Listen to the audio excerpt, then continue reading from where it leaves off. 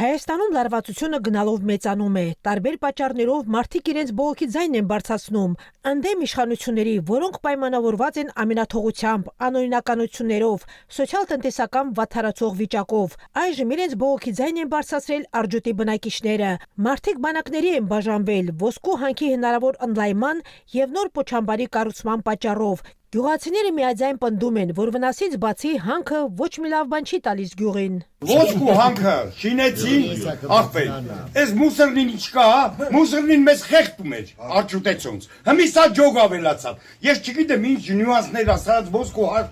ոնց են արտադրում, ինչ քիմիա է գալի, նախ ես 5 տարի, 4 տարի ծառների վրա բերքեր չկա, ճամփեքի հերներ ամրեցեցին ես ոսկու մաշինեքի,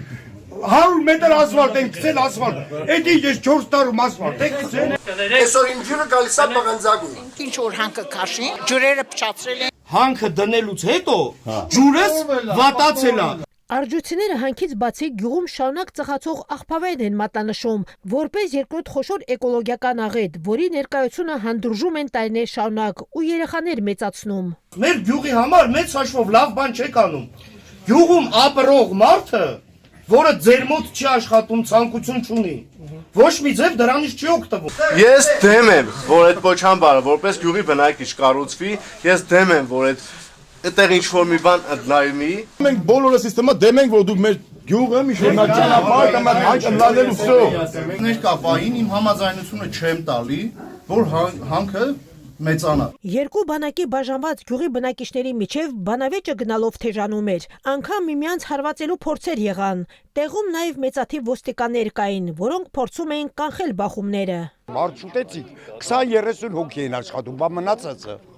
մնացածը ինչ անեն։ Այդ քիմիան երեխեքը շնչում են, ասում եմ, այս մուսրնի քիմիան քիչ էր, ես սարերում եմ ամեն առավոտ տեղում սարից նայում եմ, այս հոտը սաղ տեղը ստացա։ Եվ մինչ Աջոտում փորձում են ոսկի գտնել, գյուղը շարունակում է խեղդվել Վանաձորի ու Փամբակ համայնքի գյուղերի աղբի մեջ, որը իսկական էկոլոգիական աղետ է դարձել։ Մինչ համայնքն ու հանքի սեփականատերը պատասխանատվությունը միմյանց վրա են գցում, գյուղի բնակիչները շարունակում են խեղդվել հանքի փոշու եւ աղբավայրի գորշահոտությունից։